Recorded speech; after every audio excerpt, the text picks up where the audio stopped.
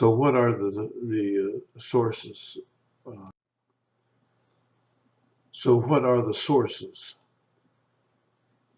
Well, the material common to Matthew and Luke, not known in Mark, is generally considered by most scholars to be taken from the Q document or one of its versions. There could have been more than one of the Q documents. Q seems to be pre-Pauline and pre-Markan. I'm showing you examples of from Matthew and Luke on the side here, and you can see in the red ink the almost exact copies side to side, showing that they are taken from the same source. So Q and its versions were probably dictated and written down before AD 40, when memory was fresh. It was probably translated into Greek from Aramaic at the time when the churches in Asia Minor were established by Peter and other disciples.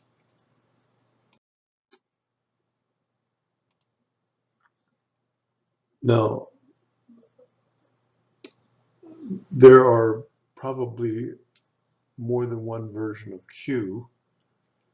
In Matthew 10:37, we find, "He who loves father or mother more than me is not worthy of me, and he who loves son or daughter more than me is not worthy of me, and he who does not take up his cross and follow me is not worthy of me."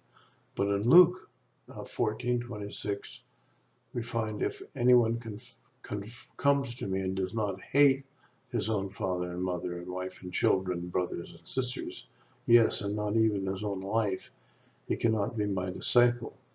Whoever does not bear his own cross and come after me cannot be my disciple." Obviously, both of these are post-crucifixion because they're talking about bearing the cross. And but Luke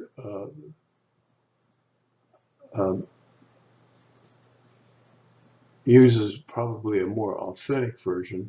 Matthew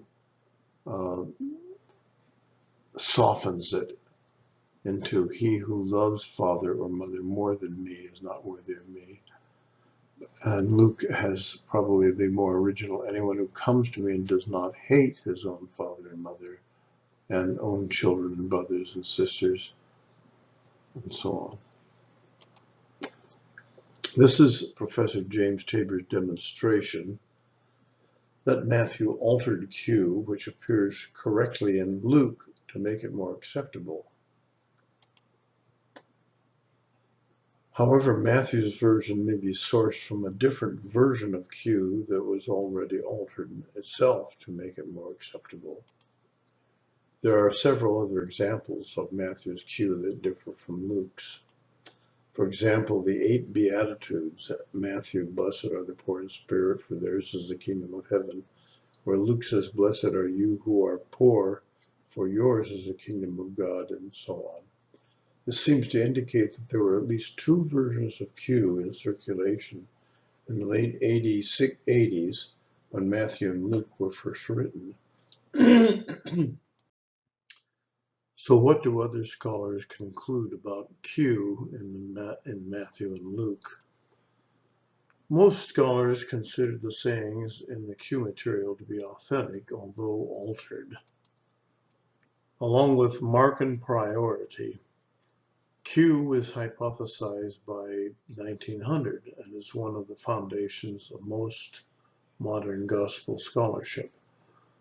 B.H. Streeter formulated a widely accepted view of Q, that it was written in Koine Greek, that most of its contents appear in Matthew, in Luke, or in both, and that in Luke, more often, it preserves the text's original order than in Matthew. You can check that in the Wikipedia source that I've quoted. A few scholars have raised various arguments against the existence of Q.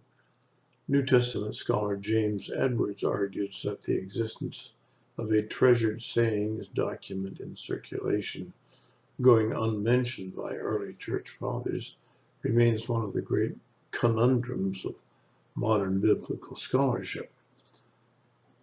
Pierre Franco Beatrice argues that until these issues are resolved, Q will remain in doubt.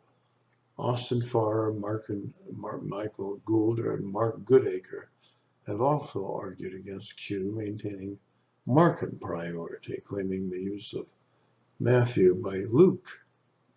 This view is going to be known as the Farr hypothesis.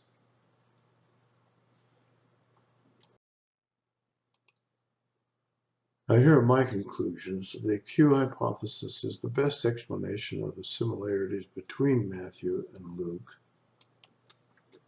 Q existed in two variants, one known to the writers of Matthew and a different version known to the writer of Luke Acts.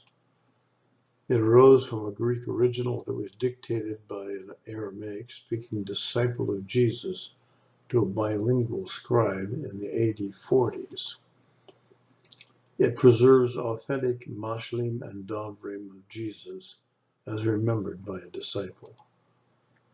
The prophecy about the eschaton and the coming of the Baranash to usher in a new era of righteousness and prosperity is probably an authentic teaching of Jesus. Please click on the Patreon link in my description just below the video to become a patron, helping to sponsor my new videos on the pre-Christian teachings of Yeshua. Thank you very much.